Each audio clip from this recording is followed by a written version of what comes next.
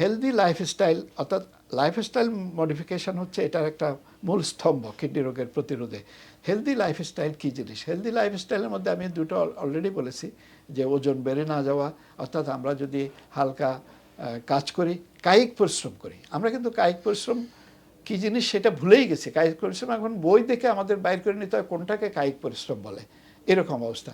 আমরা বাগান করতে পারি, আমরা ঘর পরিষ্কার ঝাড়ু দিতে পারি, ঘর পরিষ্কার করতে পারি, ব্যায়াম করতে পারি, ফ্রি হ্যান্ড এক্সারসাইজ করতে পারি, হাঁটতে পারি, সাঁতার কাটতে পারি, সাইকেল চালাতে পারি।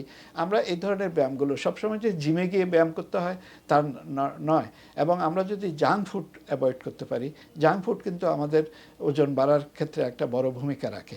এবং খাদ্যে আমরা যেটা কিডনি স্মার্ট ফুড বলি, যেটাতে ফলমূল এবং শাকসবজির আধিক্য থাকবে, চর্বি কম থাকবে, আলগা লবণ থাকবে না। আমরা লবণের ব্যাপারে যখন আমাদের রুগীদের বলি, আমার মাঝে মাঝে হাসি পায়। রুগীরা বলে যে স্যার আমি তো লবণ ভেজে খাই।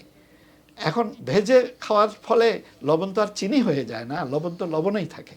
কাজেই এই ধরনের অজুহাত দেখিয়ে আমরা আনহেলদি ফুডগুলো, আনহেলদি স্বাস্থ্যের অভ্যাসগুলো আমরা চালিয়ে যাচ্ছি। এটা আমাদের সচেতন হতে হবে। ডায়াবেটিস নিয়ন্ত্রণের কথা আমি বারবার বলছি, এটা কিডনি রোগ প্রধান কারণ, সারা বিশ্বে 1 নম্বর কারণ। কাজে এটা খুবই জরুরি। এবং আমি এই প্রসঙ্গে আমার চিকিৎসক ভাইদের প্রতিও আমার একটা আবেদন রাখবো। আমার যেহেতু কিছু বয়স হয়েছে, আমি যেহেতু সিনিয়র হয়েছি, আমার জুনিয়র চিকিৎসক ভাইদের প্রতি আমার একটা আবেদন থাকবে এই উপলক্ষে। সেটা হচ্ছে আপনারা উচ্চ রক্তচাপ এবং ডায়াবেটিসের চিকিৎসা চলাকালীন সময়ে একটু দয়া করে তার কিডনির দিকে একটু নজর দিবেন। তার একটা ইউরিনে অ্যালবুমিন যাচ্ছে কিনা একটু দেখে দিবেন, তার ক্রিয়েটিনিনটা মাঝে মধ্যে একটু দেখে দিবেন। তাহলে কিন্তু অনেক সময় আমরা এটা একদম পরিতৃপ্তিতে ভুগি যে আমি তো চিকিৎসা করতেছি, ওনার ব্লাড প্রেশার তো কন্ট্রোলে আছে, ডায়াবেটিস তো কন্ট্রোল আছে। ডায়াবেটিস দীর্ঘদিন থাকলে, কন্ট্রোলে থাকলেও এক ধরনের মানুষ আছে যাদের কিডনি আক্রান্ত হয়ে যায়। এবং ডায়াবেটিস জনিত কিডনি আক্রান্ত হলে প্রথমে ওই প্রস্রাবের প্রোটিন দিয়ে শুরু করে সাধারণত, কোনো কোনো ক্ষেত্রে ব্যতিক্রম হয়, কিন্তু সাধারণত এটাই হয়। তো কাজে আমরা যদি আমাদের ছেলে মেয়েদের, আমাদের সন্তানদের খেলাধুলার ব্যবস্থা করি।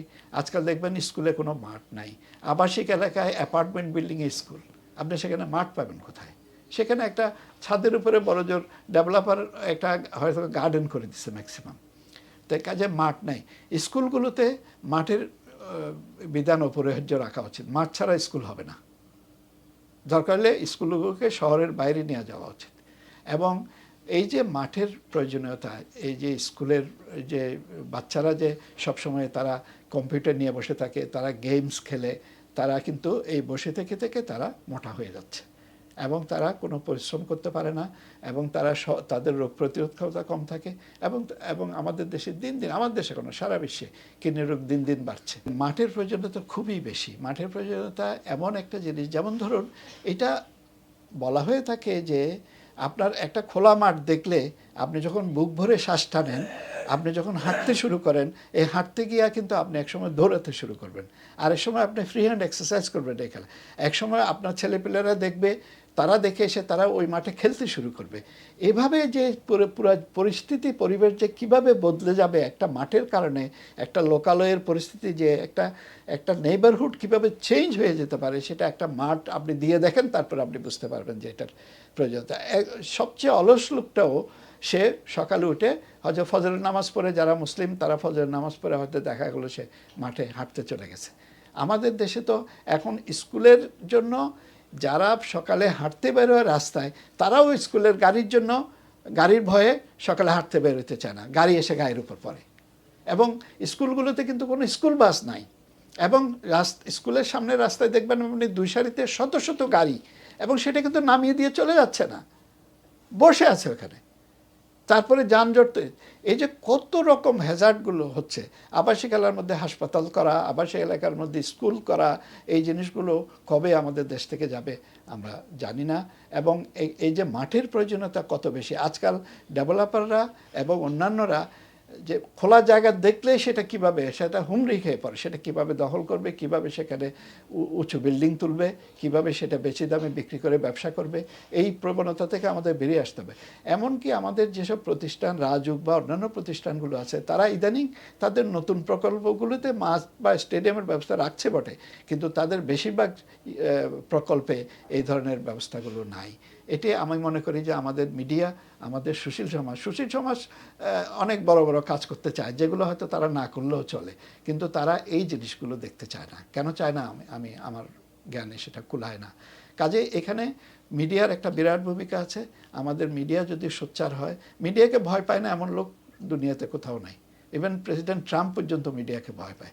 কাজে মিডিয়া যদি সোচ্চার হয়, মিডিয়া যদি আমাদেরকে আঙ্গুল দিয়ে দেখিয়ে দেয় যে দেখো তোমরা এখানে এই কাজগুলো করতেছো, এর জন্য এই ক্ষতি হচ্ছে।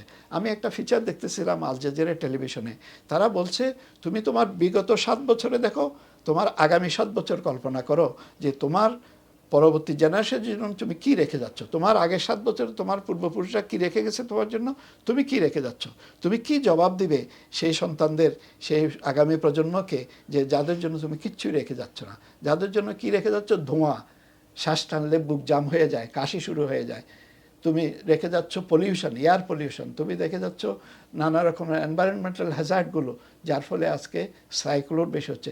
যেসব দেশে বৃষ্টি মানুষ দেখা পাইত না, সৌদি আরবে এখন ঝড় বন্যা হয়ে ভরে যাচ্ছে, জার্মানিতে বন্যা হয়ে মানুষ মরে যাচ্ছে।